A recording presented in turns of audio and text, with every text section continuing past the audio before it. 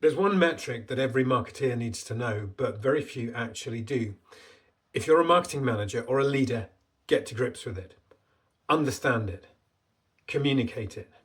If you're the CEO or the founder, ask for it, understand it, and know it.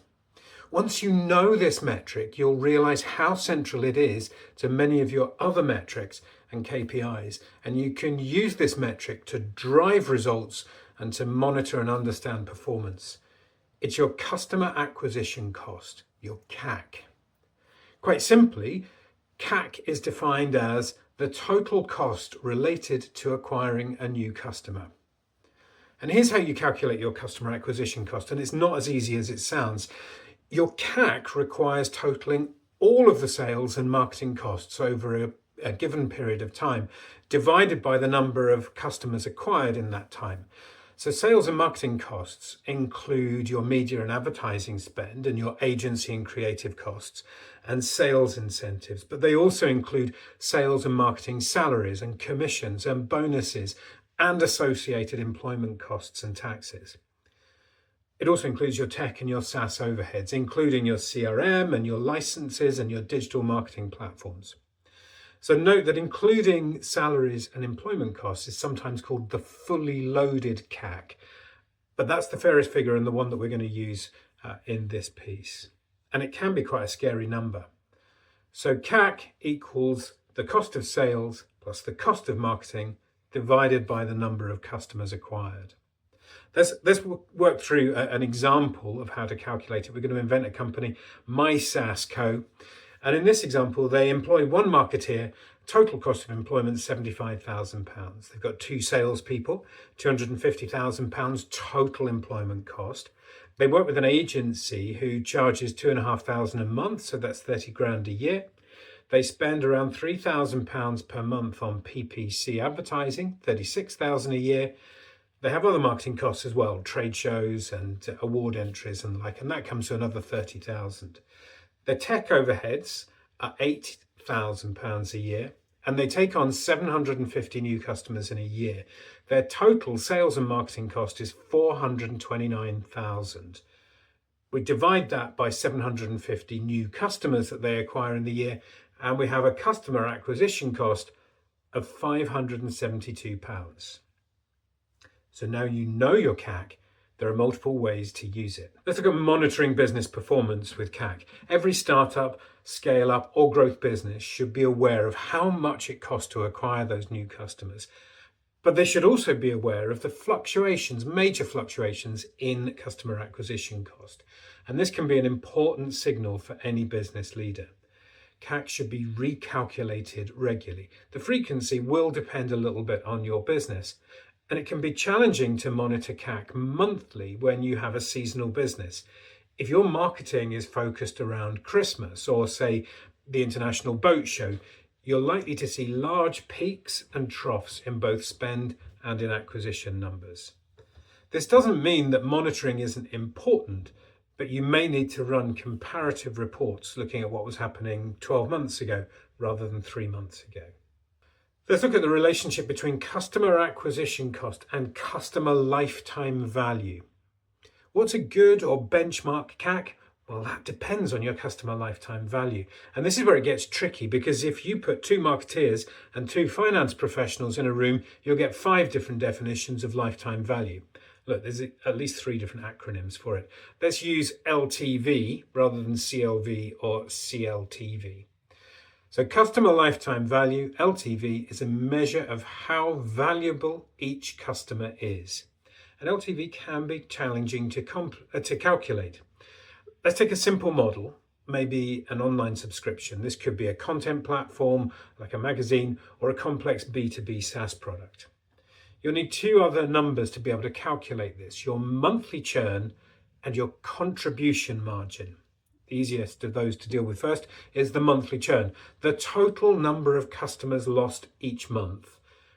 This will also give you the lifespan of the customer. So you work that out. Your average lifespan is 1 divided by monthly churn as a percentage. So in our example for My SaaS Co, we're looking at a monthly churn of 2.5% every month. So our average customer lifespan is 1 divided by 2.5%, and that's 40. So 40 months is the life expectancy of the average customer in this case. We also need to know the contribution margin, and this is the revenue left after subtracting the product's variable costs, such as materials and labor. Contribution margin equals sale price minus variable costs. So in our example, our sale price is £50 a month, and our variable costs are £7 a month. So our monthly contribution margin is 50 minus 7, £43 a month. So lifetime value is the contribution margin multiplied by the average lifespan, the amount of money we make each month and the length of time we expect to keep a customer. So in our example, £43 times 40 months, 1,720. Now we can get the lifetime value to customer acquisition cost ratio, LTV to CAC ratio. It's really simple. Customer lifetime value divided by customer acquisition cost. So 1,720 divided by 572. And in this case, we make around 3 times the acquisition cost from each customer. And note, for B2B SaaS, 3 to 1 is pretty much the baseline expectation for your investors. And if that ratio isn't palatable to your business, there are a number of areas that we can flex. So you want to know how to improve your lifetime value to CAC ratio. Flexing any of the inputs into our calculation will impact on that ratio, but be wary. Think of this equation as an ecosystem. Changing one number could impact on another down the line. So for example, average customer revenue.